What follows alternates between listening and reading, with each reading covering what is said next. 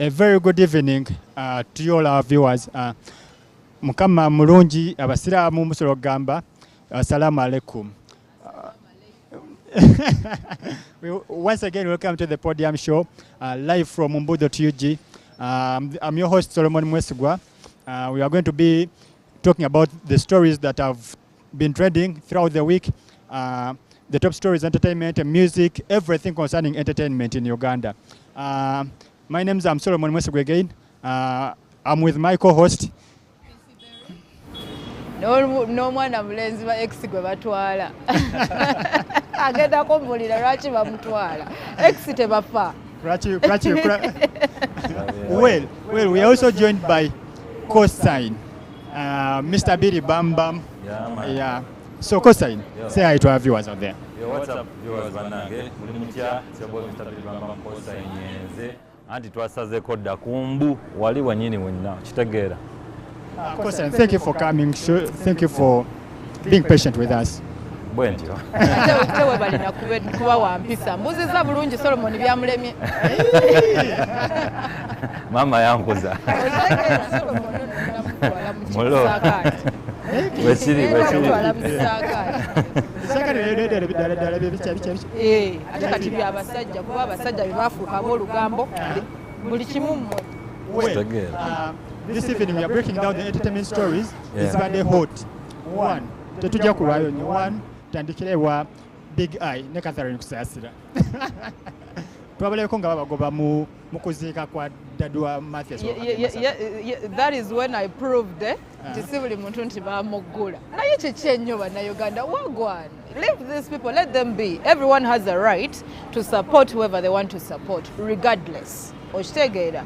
You're not going to force someone okwagala mukene lwakuba golya mukene. You get? So you're being bullies. You're bullying people in their own country where there is democracy. For buli muntu okwagala ni gwayagala. Okitegeera. Ate omuntu waba gwayagala yagula muwogo. Since now what do you have to say about that? Such an embarrassment of facing abayimbi abanene betumanyi mu ggwanga. No, but I think everyone is entitled to their opinion. Exactly. Yeah, exactly. Ate nekirala ogenda abantu nga tebakwagala tuwesibaawo, just move on. At the end of the day. But I think it's not right at the end of the day kuba mukolo gw'okukungubaga ng'ofiiriddwa. We put all differences aside. Okitegeera musooka neomba nga mwayakana ne balugana nga mwawukana musooka ne mugamba mumanye tukole kino bisigale tujabbira baluvanyuma. So I don't think it was also something right to do. It was very bad. It was so demeaning. Very bad. Tade kirungi. Naye yensi bibeerawo ebyo. Yeah. Tuvumirira ebikolwa ng'ebyo bannanga abayimbi baffe mubaleke. Being an artist does not mean si muntu. It does not make them demigods. Okitegeera ate tekibafuula baslaves bammwe nti they have to do things that you want. Bannanga ekyo ki? Chap katugenda ku story still Emmanuel Rwasa ne mukazi we Angel badde batrending eno wiki yonna tubaleke. Tetugenda bawa time, I swear. We are done with you people. Oba mukyeyagala oba temweyagala. That is your mwina amaalo mwenna. Mwena waina.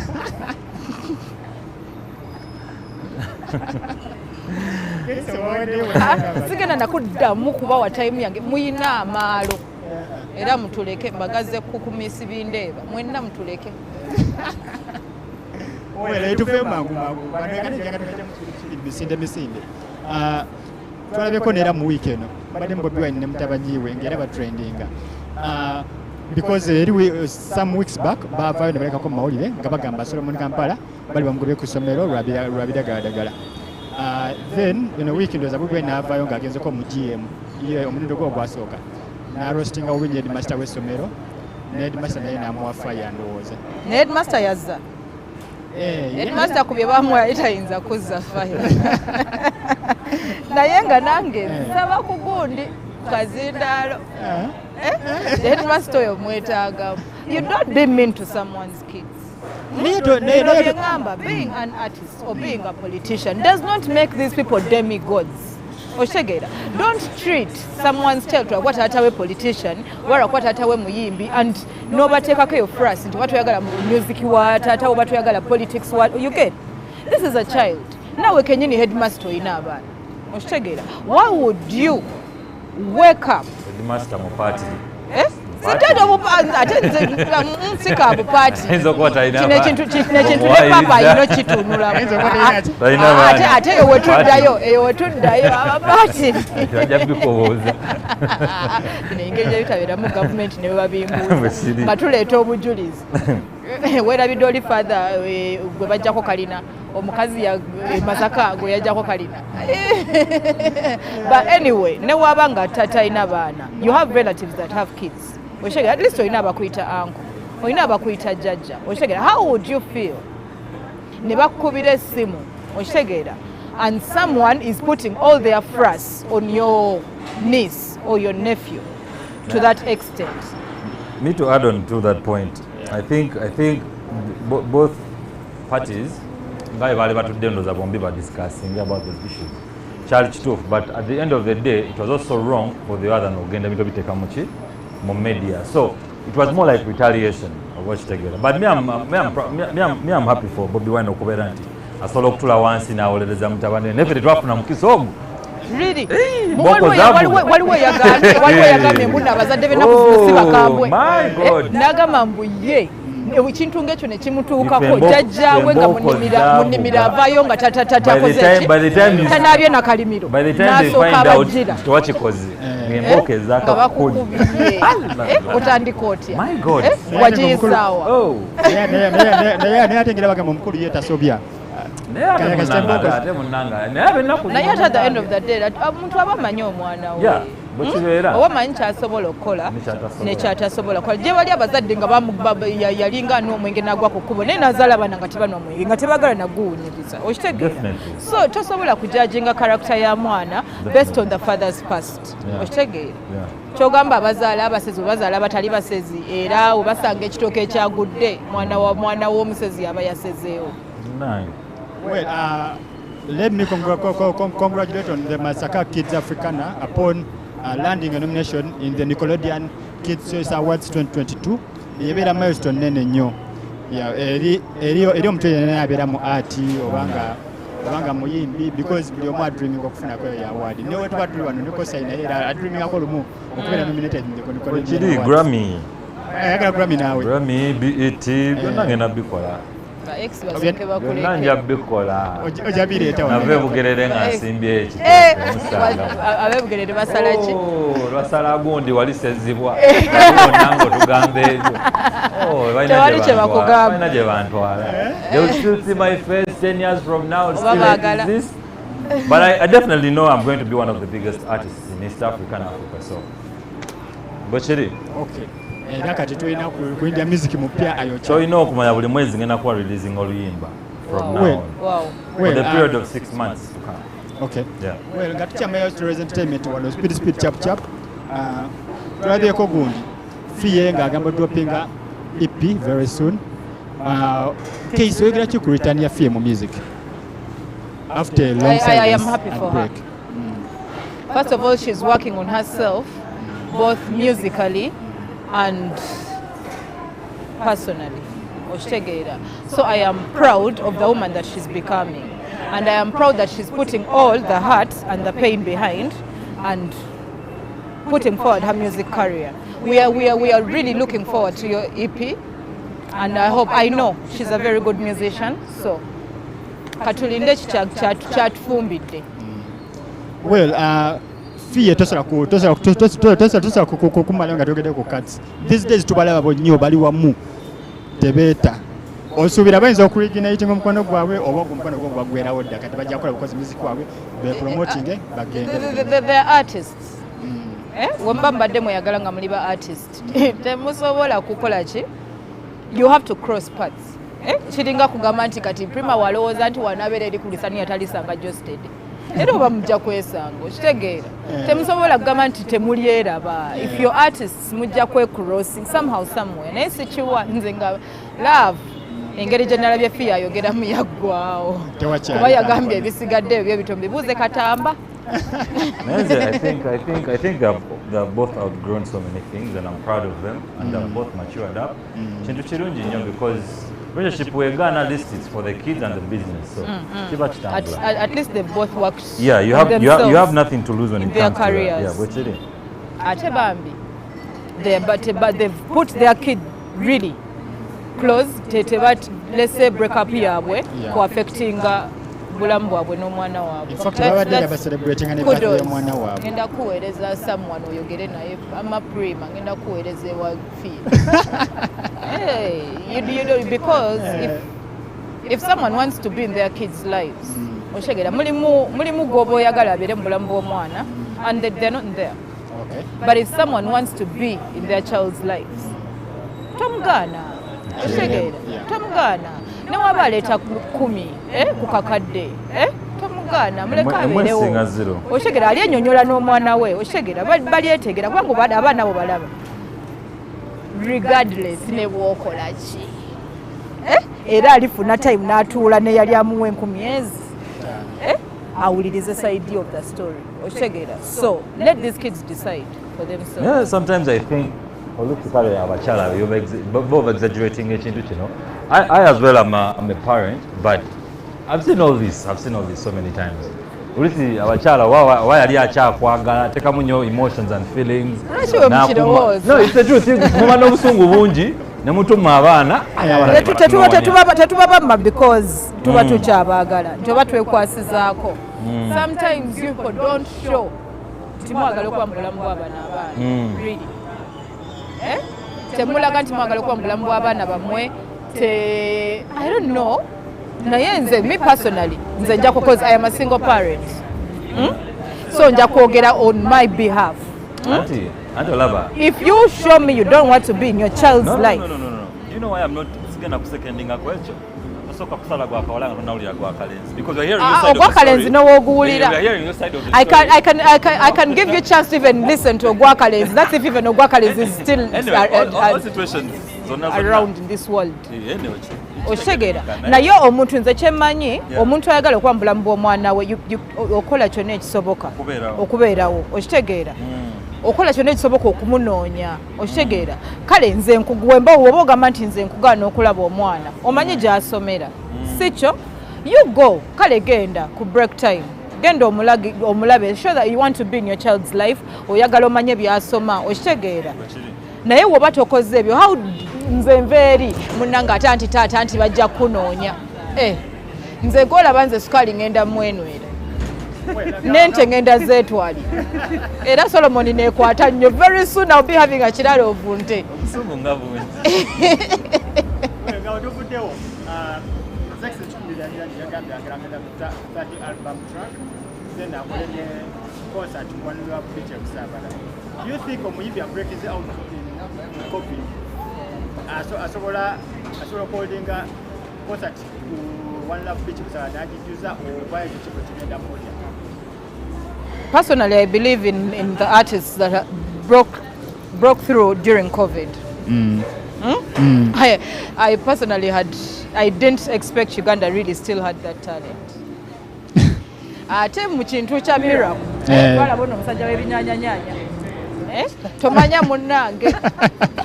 Tomanya, you know, omuntu wagenda ogambira nti agenda ku releasing a 30 song album. Tegera ateke concert Busaabala. Solomon Busaabala omumanyi. Ateke concert Busaabala. Abantu kyeyesize. Abakimanyi. Kati nyinza okubeerawo ne ngamba what you're doing is not right. Sajja nankuba akavulu nendi ebigambo byange video temugijjeeyo. So all the best. Ngate tujjayo yakyebe ino sigalayo. Omuntu aba aswadde mugijjangayo. But all the best. We wish him all the best. Yeah. Well, eno wiki yennyini mbaddemu okukungubaga kwa speaker Right Honorable Jacob Olanya eyafiira ndooza mu America. Kitalo nnyo ddala. May he so rest in peace. We are so grateful for the things byalesa akoledde ensi and for his time that he has served in the government. Yeah. We are grateful. Well, straight away today, a Cosign, Mr. Billy Bam Bam, asooke atubuulire amannya ge mu Bulamba. Amatu si mu Bulamba. Bagambye Solomon mutwala mu kisaakaati. Amannya agasobola nno. Anyway, my real names I go by the names of Matsoni. Well, osomeddeko wa okuliddeko wa diri watandika okuba omuziki. Basically endongo, I think buli omu nga olenga basically we all have the same stories, bamuto blah blah blah. But all I can say for me it was it's been a wonderful journey from Tusker Project Frame, from Coca-Cola, from so many things. But so in the Tusker Project Fame, Coca-Cola rated next to you. Yeah, for me it's been all about experiences and learning. Kuba nozo nanze munayinza bamukyalo nje Kampala wagira ku basi ya kulole ya matoke wagira kulole ya matoke kundi za matazi nezive bugerereza nazingira okujja egundi. So but for me it's been a learning experience. That's when my journey started, but officially our nali negundi ne Dustbill Records. By the shout out to Dustbill because Dustbill Records entinda. It's what raised me to become who I am, because naine bintu bingi bendina okuyiga ng'omuntu gatako how to write music, how to ngomanyi omuyimbi yenna olina okukula mu kintu ky'obeera olikola.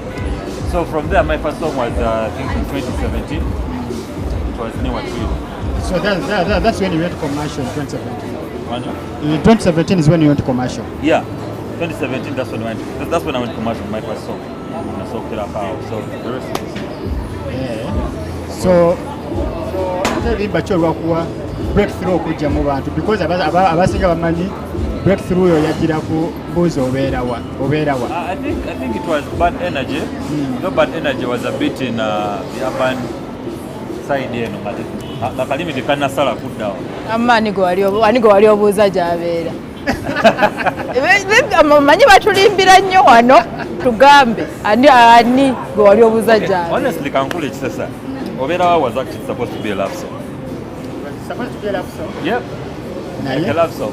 Then what happened? Then kitegeeza kesi mutuufu. Otegeera. No, somehow it was supposed to be a love song. Then I don't know what really twisted the whole idea.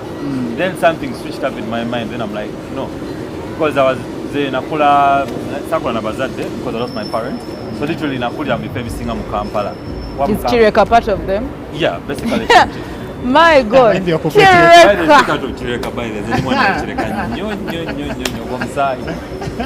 Kirabika Katonda yakwata amaloboozi n'ayiwa akabaketi bwe bati ekireka.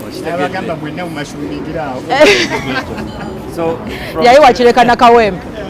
So from Chireka, then Nemberake, Bwaise, Nemberako, like all these different places. So I didn't know to be able to so to be sarcastic, so many conversations.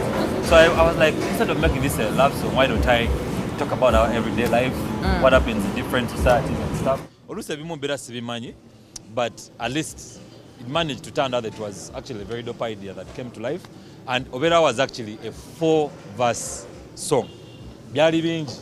Rwanda badenga rwakafero naye nagamba no. Because honestly I think I had literally talked about every town Germany mu Kampala. Rwanda bade almost dachika nga mukaga. Yenge no gamba mfachi. Cheka buli town walinayo omukyala. Nali mwana muto. Nali mwana mutemberera nze. Obala bae bagendo tulimba wano. I lost my virginity in 2017. Hey. This is on record.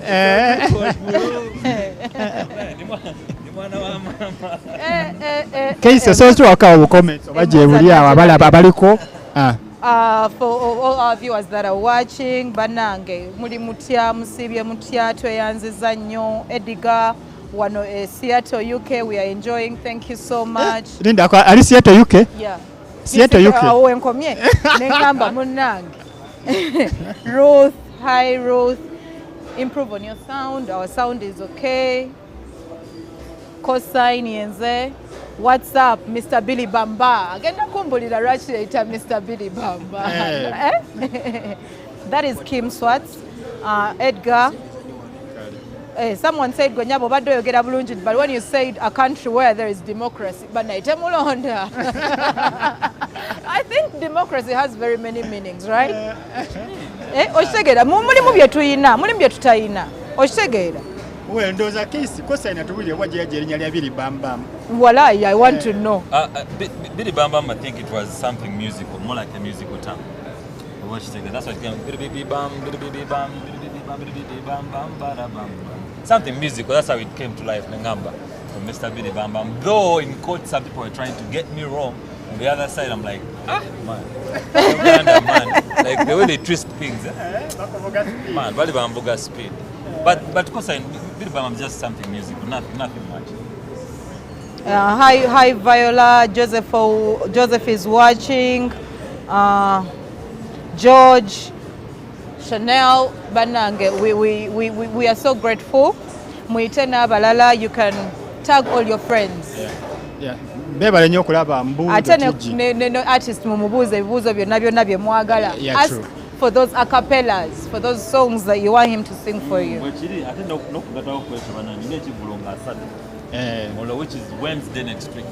It's going to be basically a mini concert wali ku Chireka Pool Nest Bar. Kigenda kubeera blood VIP zaalayisi bannange.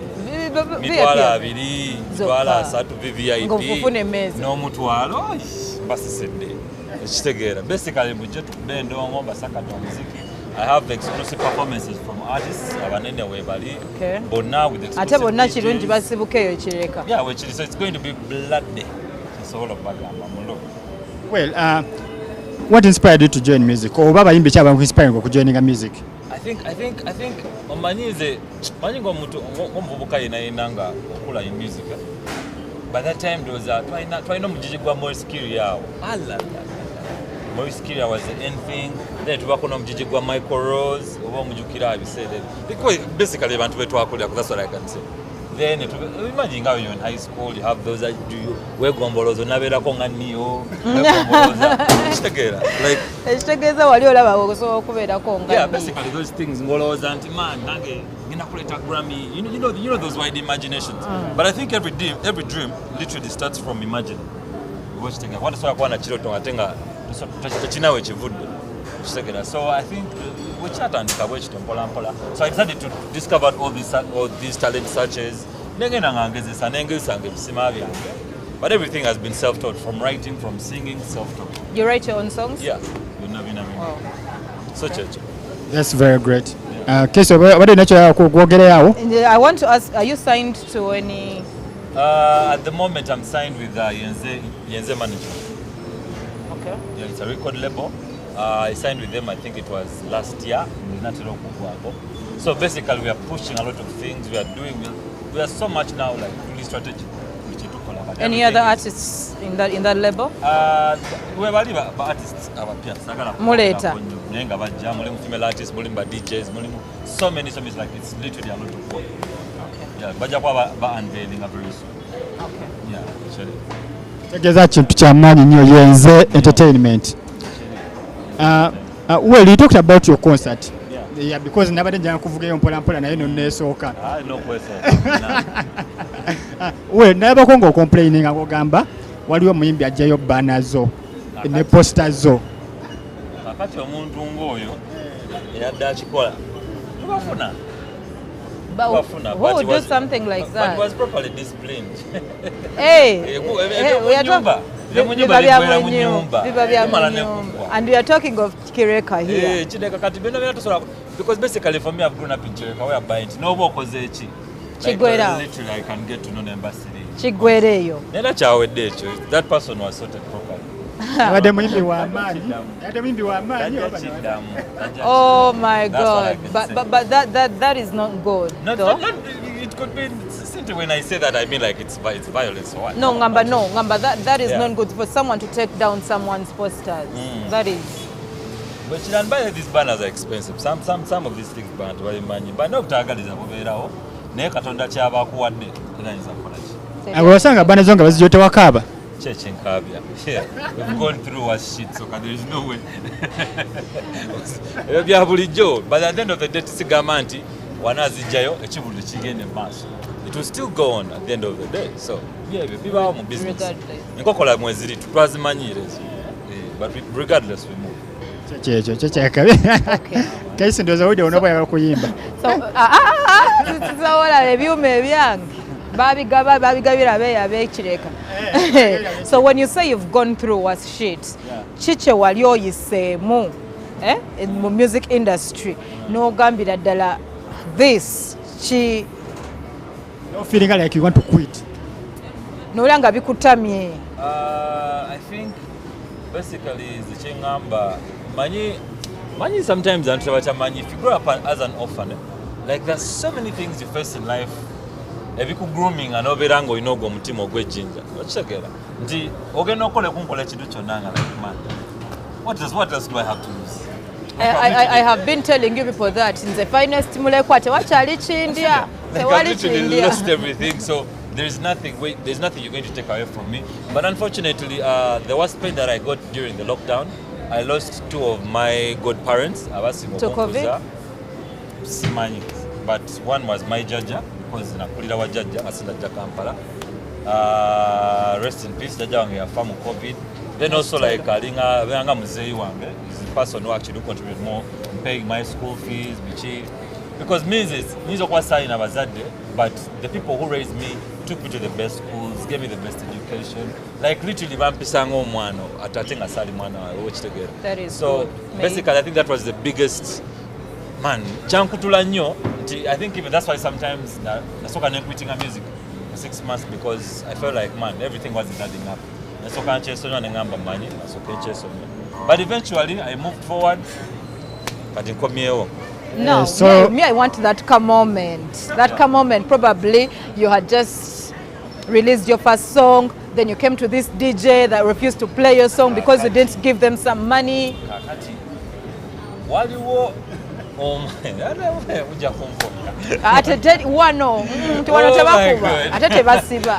there is that moment. I met a very prominent person in the industry. But funniest thing, fortunately, we are even friends. Watch the name Mutandikwa. That young ambe chigamu. Na jomu sinkana. I've got blood. Watch it. But just give me one chance or one opportunity to listen to what I have to give. If you don't like it, tell me straight up you don't want. Sanje chigambo che yangamba. So anachisa kumto. Yagama maximum respect. Say your big eye. Baku your big eye. Jiveke. Get the out of my face. Whoa. So I'm like, I think he's one of the people who contributed to the release of Bad Energy. Because after 1 year, the following year, boom, Bad Energy came through. Because I'm a type of person who writes basically on what happens around me and what type of environment. I told you. So. Some songs are about this book, girl. So basically, but fortunately, we became very good friends, and he's one of those people actually even who support me a lot, like literally a lot. So yeah, true. So, there is no situation that is permanent. So by all means, nobody only wants so you can even become bigger. So that's why I have a lot of self-belief in myself. That well, you got to kubakuza. What one lie?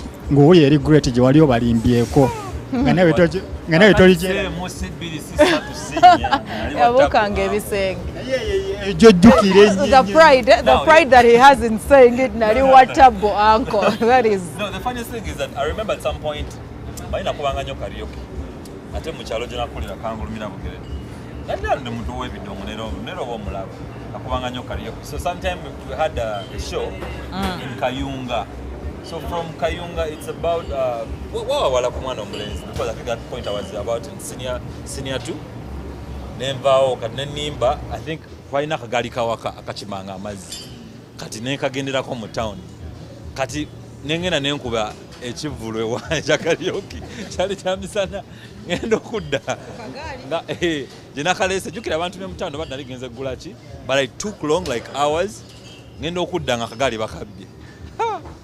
Negubala. Nagali ateka kali kamwe waka. Aya, nenkomawo ngalonsa. Nga naye bantumye sikomyewo nabyo. Kade nambuza ovaawa. Nakutubidde for almost now 5 hours okomawo. Ga jajja munnange kagali bakabbe ne mbaddeko eyo munde. Kanoonyezeyo nekanonyezaako mbisubi Just leave it down. It was just literally a funny moment.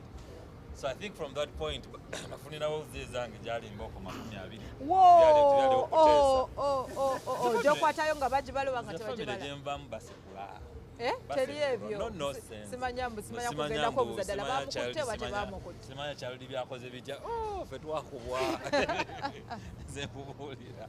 It was that blood day. Yeah, but it was actually batukuza bulungi. That's what I can say. Mboka evuga twaba muzanyi.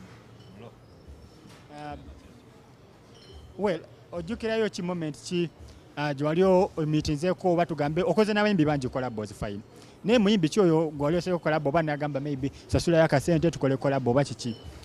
Have you ever counted that more? I think I've never paid for any collabo. It has always been God given kyensobola okugamba kuba liri abasasula ate naffe eri abalina omukisa nti tetukola ki tetusasula. In a way, I think I'm a type of person who releases good music. Watch together, and everyone wants to work with someone who has good music. Yeah. Watch together. Nange mwana tasobola kuveeri ayagala okukola nange ng'alina that talent nange nemukotogera. Anti ayinza okuba talina talent naye nga yayiseewo n'ebizike bye wane. Ate by the way nze si believing nnyo kuba let me tell you one thing, olina waba ne ssente nga musically ali ddamu ne bw'oteekamu ssente ziti. Yeah, true. Tekitambula naye tekikuyamba. Yeah, but that's true. You find someone because I've given an example. There is a new boy, he's called Maxan. Very, very talented. But I have a song with him, but sigama nateka we mbera nengamba nti bamusasuze because nange abakola collabos nange tebanzira kukitundu never njagaliza in a way that there was talent and things proceed. So no one is sente zitya nga mutuufu musical imufu dongo tosobola kikaka. We have seen people babikola biganda. Muna alisamake watu wamu nende baka okuwandise konti mno waliyo muyimbi kwasobola ko nagamba soka kucha ogende mukyalo tugende okubona kakati abo bo bemanyi anawe sijja kuboogera boogere bo bemanyi naye kyensobola okugamba these guys I think bo they told me nti nkoleki nsoke ngende ewaffe mu kyalo tunde ente bwena atunde ente nkoleki komewo oleke bampeki labo but ekisinga okusesa by the way I'm a very good believer tezinsuubira nti katonda ebisinga byonna nze katonda abaddena nti nze osobola okunemesa kino but at the end of the day nosanga tuli naawe ku high table okitegeera but so wagenda oyita ndoozi I think after 2 months the same people called me bana tulina show njagala otubeererewo I could have said no. I could have said like man nange musoke mumpe million nya amugende mutunde ente namwe mukoleki mukomeo but I wasn't raised like that. You cannot do sort of ekibi sort of kulongoosa ki na kibi so ekibi kirongosebwa na kirungi. So fortunately I went there, I performed for them, life moved on. Ninga nere nsonga yange nagiyisawo at the end of the day but I moved on and me saying all that it wasn't out of tewandi kyogera mu busungu. No. Kinakyogera just kulaga nti obulamu buno bukola ki bukyuka. Everyone's life can change at the moment. So don't think that being up that gwasosoba gwakoze ki gwasembyeyo. So basically talking of all that, yeah. On Sunday tugenda kuba n'omwami ono ku Blankets and Wines. Yeah. This is one of the first shows since the lockdown. Yeah. So how do you feel? For me, it's a blessing. And now this is the funniest story. I remember it was the last Blankets and Wine that had was Scales? Was it Scales? Scales was it? It was Scales. Jidena. But it was with Scales. I was behind because I think by that time I was an affiliate with DJ Caesar. I said actually a very small prayer. One time I'm gonna put up Blankets. Gawansa sudde bulungi sende zenjagala. Uzawaise bangers. Okay, the box has sudde. God is indeed great. Akamwa katonzi kyoteka mu kamwa ne kyoyatula tekibeera. Lugenda kuba lwa Sunday bwe ruti gwe basasudde agenda ku sponsoring ebyokunywa byange byonna olulimi lutonzi otegedde ate tulatagambye olulimi lutonzi lugenda tone. But anyway, he's going to be performing on Sunday at Blankets and Wines. Nze kunze wendaba artist omanyi mulimu abantu mulimu shows nga weba contacting artists, then you know this must be a very good artist. Tebeeyisa otegera tebamala geeyisa muntu konoona show yaabwe otegera. They call talent, they want to work with talent. So omuntu aba agenda kuyimba ku Blankets, I salute. I really salute. Yeah, well, Cosign, since ogenda imba ku Blankets and Wine, abantu basuubira ki? The Chancellor of Government, we've been actually doing rehearsals for the past 2 weeks. So it's going to be Blood Day, Chancellor of Government. It's going to be back to back, full of entertainment, and it's going to be actually the best everyone has ever seen me perform. Because I think it's one of those shows that I feel like you have to outdo yourself. No kulaganti, because but man, all I can say that people who have actually been on my shows, they know, man, I go way overboard. Bangali nidwe chitambe sawe. Simanyi nacho. I'm just being sarcastic. I don't think because in the I pray and I'm always guided by God's confinement. So Chancellor of Government is going to be the biggest show ever, and it's going to be literally. And by the way, they're selling tickets here at Kenji's. In case you've not got your ticket yet, you can come at Kenji's bar to Cementi and you get yourself a ticket. Buy your tickets. Cosign, abantu sobola okubabulira ku social media handles zo, contact numbers zo, in that wewe bagala okubookinga okuyimbako ku shows babenga basobola okufuna easy access to you. You can just go on Instagram, Cosign Yenze. Facebook is the same thing, Cosign Yenze, COSIGN, then Yenze. Wona ku Twitter, Facebook, Instagram, YouTube channel, Chechimu. Those who still want to get to book me, you can actually call on 0705 722 756. Bachiri 0705 722 756. You can just call on that number. Chiba chigwa. Nga diru ye yingiraho nga gwokola mulimu ng'osanyusa bagenyi nga bakitegeera. Well, oyina ennyimba nnyingi omuli Nayigaga, omuli Obeerawa, omuli Bintwala, omuli Mukene. So twagala tumanye wagamba n'okuta album Son of Nabukalu. Eno mini concert gyogenda kola eno kinga gonde album Son of Nabukalu oba nedda? Ate mbagamba nti omuntu ali musically talented. I can even decide of releasing an album next year. I know because I'm a type of person, like I said, I'm so inspired by somebody. I could even write just a song just about the conversation we're having right now. Like, so zino singles zoba daughter teziri part of the other album. Just bawabuwi supplementary.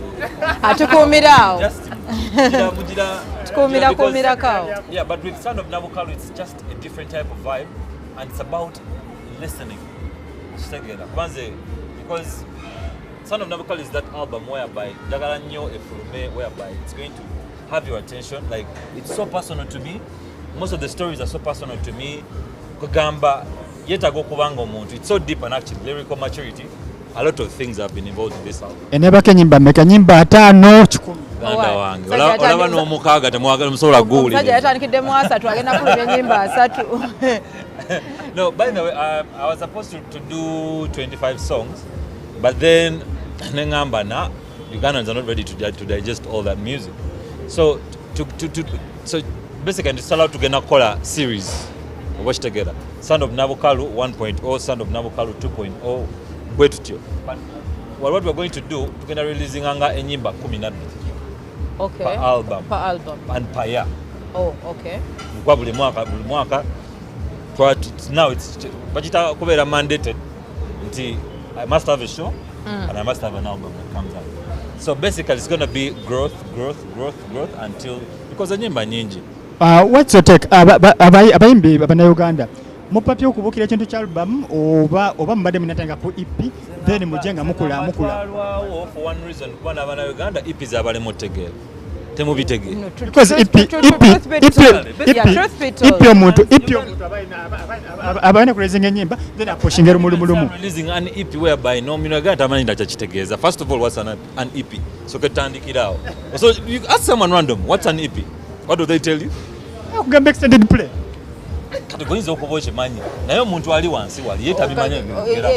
Exactly. And I bet very many people don't know the meaning of that EP. So instead of confusing the whole thing, you can actually call it an album or say mini album. A mini album. Obutakikaluubya nnyo because yes, it's good to understand that not everyone is literate. Oba kitegeera. Naye you can call it a mini album nogamba ataddeko ennyimba 4 oba ennyimba 5 oba ennyimba 6 banogamba album. Someone can understand that. So I don't believe in a way of using language. Itakwatagana layman. Oba kitegeera. That's why basically nemba nze nkola music wange making us sure nti sagala kuyimbira gwe wekka ne n'omuntu wa wansi ajategeera nti akitegeera because music is a language and we have to speak the language where everyone can understand you. Sigamba nsobola kuyimba nyimba za luzungu nabikola dda naye tebinayo ebinyambire ebyo.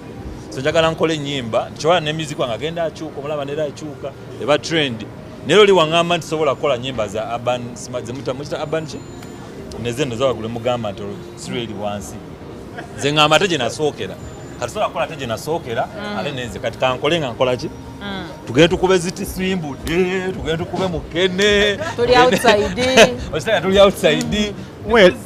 This is about having fun, man. Well, oyina kemba bakaita bintwala case akagala nnyo. Cheka inayo ba ex baba mutwala oba ki. So mwemwa akapera akatono. Omwana Solomon asatanso okusala ebigambo bannange. Baninga go batwala. Amuzadde what? Oshega nayenze munnange sina ba ex amahaji. Sina ba ex. Sina. Kusa nga tukyeyogera soka kalo tuwemu ko katanya. Kubitwala oyo. Bitwala emyaka gintwala ebyenge bintwala bijuisi bintwala mba ex munnoonya naye nze nabakowa. Exactly. Wasiri man. Ba ex wabakowa bakunoonya nego nagwe bakowa. Kanyuma kasa. Oh. Mvemba ex obuddeyo. Kujja mu nnyanja ate ne wezzaayo. Jovo ovudde kale jovule toyombe bagamba mujotera okudda naye ng'onoonyaayo ki losinjereere ex mubeesonyiwe live your life move on man. There are so many people out there you can meet actually. Naye nti omala eno okukolamu balina okunoonya.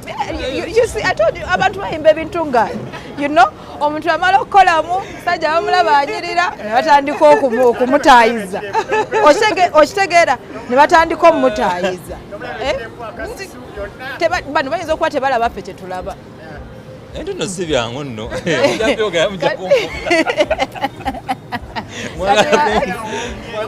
Oshegera kati ex nga abeerawo nga tatandikaka you look good nga inbox eruma omanyi kale akantu kali siini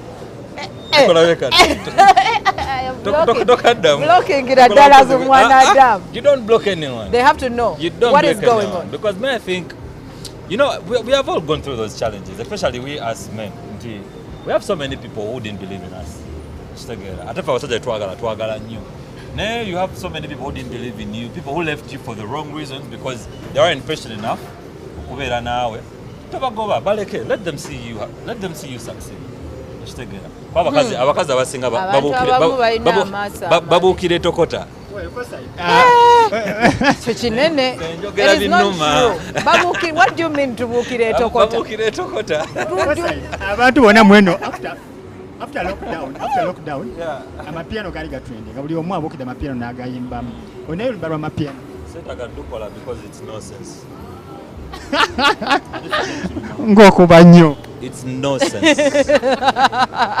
Man, think about it. Guys, we are trying to have an identity. What are you ngombe nganda? No. We can actually tusobola okukola engoma eŋŋanda ne tuzitabikatabika. Yes, but we're trying to have an identity as Uganda. Kati sobola kera ku makya nkube lingala nkube simanya amapiano. No disrespect to the people who did it. Yes, it's fine. It was the trend. N'eriyo trend ezimu nga ndaba maani. Nga kwerabisa. Guys, ekyo kyennyini kyentaddewo. It's not even worth it. So there's no point of me doing amapiano. Yet, man, it's not the identity of the Ugandan music. I think the reason that's why people jump on such trends is bakola music wakubabeezaawo. Ebintu ebirala. Okitegeera? Obuzibu bugenda ovaamu ebyo nti that's the only reason naye tugenda sigala nga tetulina identity as a Ugandan music.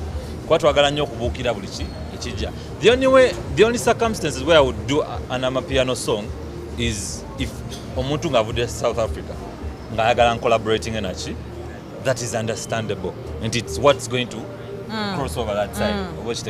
I won't chikola. But as an identity, I do an amapiano song, I tend to push wano. That doesn't actually make sense to me. I could only do the song, nenga manyi ngenda gende South Africa, nkole interviews, nkole rounds, nkole chi. That is actually makes sense because I'm trying to now get into the market yawa. Yeah, that kind of neo chikola and ngenda do pushing wano. That's typically nonsense. Well, to remind you a bit, tubeera on occasions every Thursday for the Podium show nga tubaitira entertainment tubaitira nakubandeko kwa nga batuwa latest ebiri mu stores zaabwe music omupya bikibe ba planning bikibe baddako so tubeera on occasions buli lwakuna nga tubaitira abayimbi tubaitira entertainment players bona mu industry. Well, Cosign. Kikyoloze kiganye music wa Uganda ndoza kiganye music wa Uganda ndoza kyogeddeko kubukira trends ezitali zaffe. Ndoza ensonga lwaki Abanigeria batuwiseeko batuweka nadda nnyo olowooza Abanigeria tusobola basanga. It's a question of copyright, it's a question of money as well. Because I would give you an example. As kategotoli muyimbi tosobola kumanya what happens within the industry. Now, number one, Nigeria wafulumye. First of all, Nigerian government ngayo yasooka netereza copyright. They are properly well protected and their music is fully funded nga wandigambe kintu kyonna bakiteekamu ssente. So wano singa government creating initiatives negamba nti omanyi buli mwaka tugenda kuyisa budget ya entertainment, let's say buwumbi nga 10 oba buwumbi nga 2 just to inject money into the music industry with proper precaution because wano ziwe tulina buli akwata kasikazawa azawe, which is something very bad. Netumanya nti that is number one, that is chiwedde omuyimbi naba nga teetaaga kukola kivulu okufuna ssente ekitegeera nga they can actually be paid without even them doing a show or whatsoever. Or first kubira simu gyokola eki music asobola otereera. Ekyokusatu identity ekitegeera ebintu ebisatu byonna tabinatereera ate nekyokubiri waliwo abantu abali mu industry muno nga mutuufu oba ngambe basoka banamala soka kuvaawo ebyogeterere. Cosign, you look to have brilliant ideas about the music industry.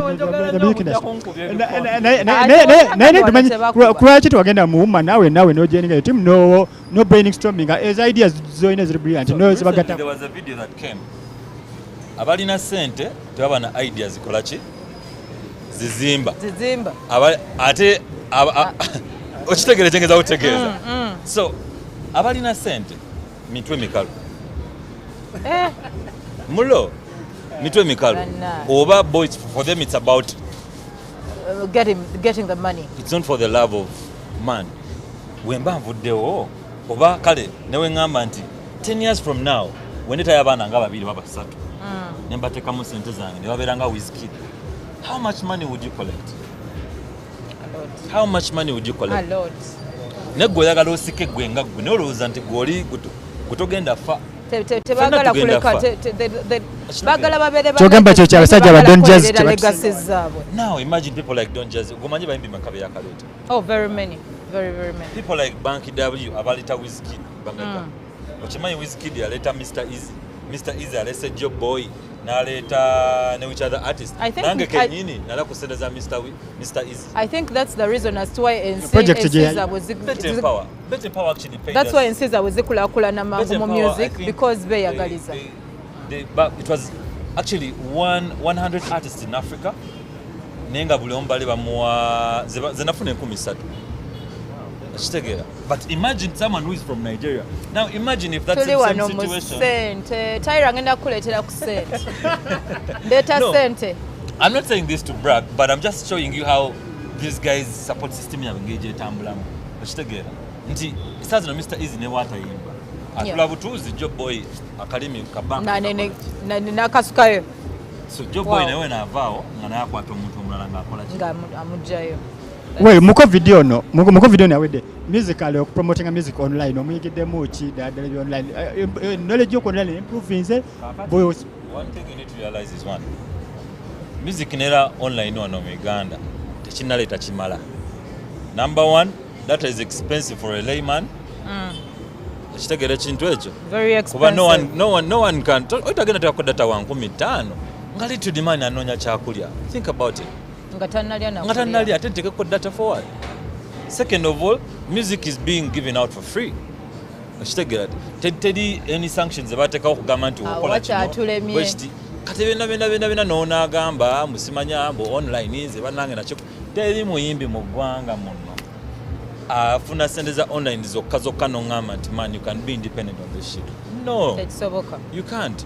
You either have to have some kibanga ogamba nti ngenda kulya buffet nyongerezeko ka dessert kibayita online is more like a dessert kutwongerezako kuki. Hey, kazo sawa okubera usanga obusente bone ukukola kintu ukola bunone ukola nesinde zidawe zigenda okukola. That's why most artists we are crying mu lockdown tugabana tetuyimba tuliawa tukola ki famo twalina okudda mirimu gyaffe because me am an IT technician. So I had to go back into my work. So but it was for me it was basically a learning lesson. So I can now have two careers that I'll do music. Ne commando ja kunsanga mu office yange nera ntudde ndi mu IT nkola mirimu gyange kubira simu onsange jindi ndi mu bigundi ebipirinta byange ndi mu computer zange ze na chafu ade because at the end of the day both careers have to be zona zino tamba kwa lockdown ya chinjigiriza nali nkisudde naye ate kyandaga nti this can sustain this and this can sustain. Awonze whenever is a lockdown because very many artists bali basudde. Yeah. There are other jobs. Nga ba concentrating ku music and that is it. Well, nga tunatera maliriza Cosign. Omugenzi radio tetusobola kumala music show nga tetwogedde ku Mugenzi radio.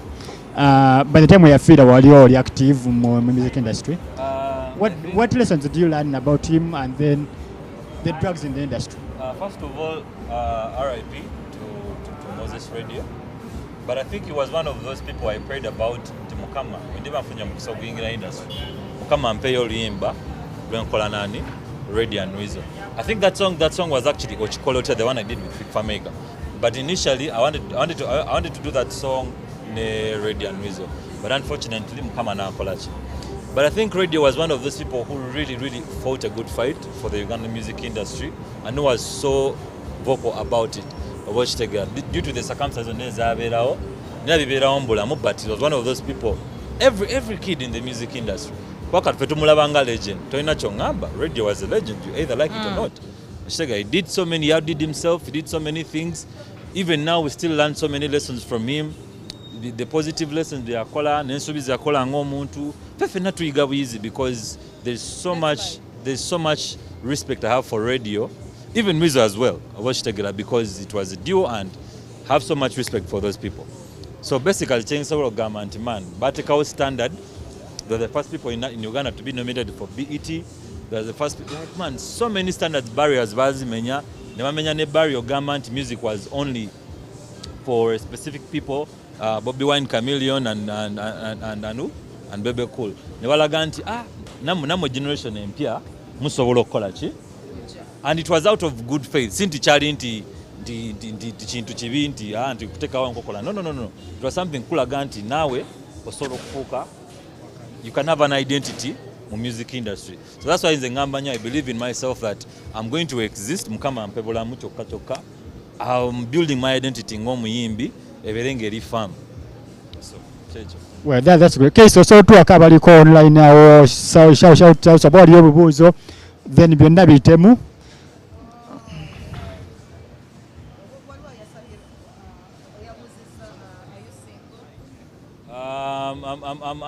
I'm awo wenyini.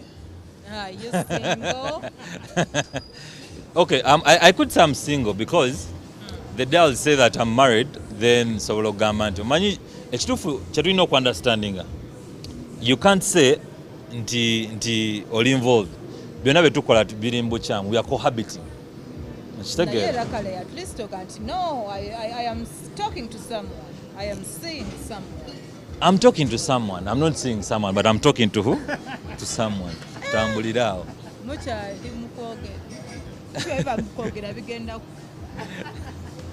Anyway, he's talking to someone. I'm talking to someone. Naye munnaye tomanya. So ekyo. Oh, badage. Papa, I'm a promoter, Genius Bigger. It's called Genius Music. Ah. Yeah. He Dope, says dope, big dope. up. Chamanyi nnyo bro.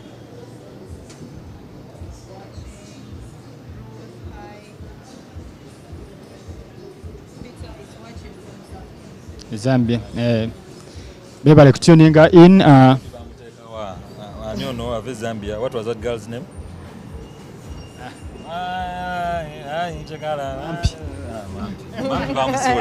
Oh, why? Atuteka ebajja Uganda wano ebadde waawe bagwa bigo. Si bigambo byange. Someone Tyra says sente novaawo wano nazo. Sente novaawo wano nazo we sizitwala ngenda kunoonya gye nsula. Sente nga nzigabira mu bitcoin. Oyina wallet nkolereze bitcoin. Siagaba cash. Gabira bitcoin. Well, thank you for tuning Mbu okulaba the Podium show. Always webera lwakuna nga tubayita mawulire gammwe amapya. Entertainment news ezibeerawo eziba zitrendinga. Weekly events eziba zibaddeyo tuzicoveringa ne tuzibawa buli kimu ekitambula mu entertainment kibaawo. So tubaga mweyongere tugoberera ku Facebook page yaffe Mbu.ug, Twitter Mbu, Instagram Mbu, website Mbu.ug, Snapchat kwonna kwetuli ne TikTok kwetuli. Casey, ono ebigambo kye bisembayo nga Cosign tannatusiibula kubanga Cosign yagenda tusayininga out. N'akayimba kono yagala akuyimbire. Akayimba akamanyi.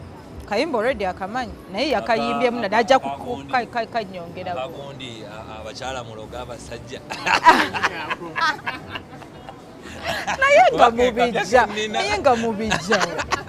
Soko lindeko nga sina wa last mubijja. I don't know man. Things just happen. Really? What am I Temukiriza. Muterera. Mama Fina ndo yatugamba. Kati mwetereze. Solomon, what do you want me to talk about? Osobola kwogera kyonna ky'oyagala.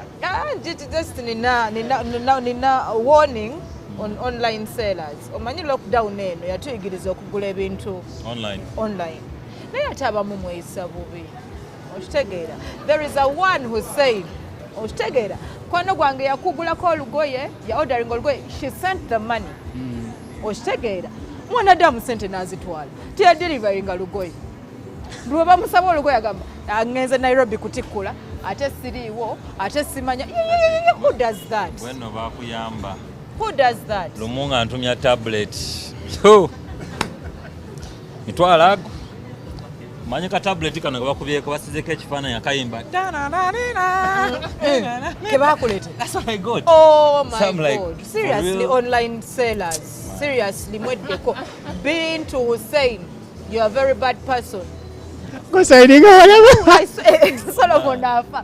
No, seriously, bana bantu tebali fair. Nga tablet nga kuliko obufaananyi bwa ddole weebuti. Nange nenkazingazinga nenkabakasukira ku office. Sagala kamanyiro wano. Singa tubadde senga omugenzi abizeeyo yali tannaffe twatwaligambye kiki olifa teweerabidde. Okitegeera abasajja ba online sellers abo bazabi nnyo. Mujoga tukiddemu ogwokusatu. Mwe mujoga. Well, Cosign omulimu bulawe tunakwita tukusaba ssebo onera okumangawo ku show yo. Kasembe n'ebigambo bino ngamba gabanaye mujenga Katonna tuyimbira kayimba. Asatu ku Rockstar. It will be next Wednesday. Come through. Tickets weziri. tickets za layisi mutwalo, VIP table mitwalo 2 ne VVIP mitwalo 3. Come through tubakube disco tubakube enguliko. Just have some, come and have some up close. Tomanya munange nali single. Kolo nange tomanya. Atenga you're talking to someone. It is not yet confirmed. Kawoka batuwe ensonga yachi tulina okuloga abasajja. Bashiri. Bombardia. Natalia ninye Bombardia emyaka jintwala ebyenge bintwala biwala jibintwala ba ex bamunonya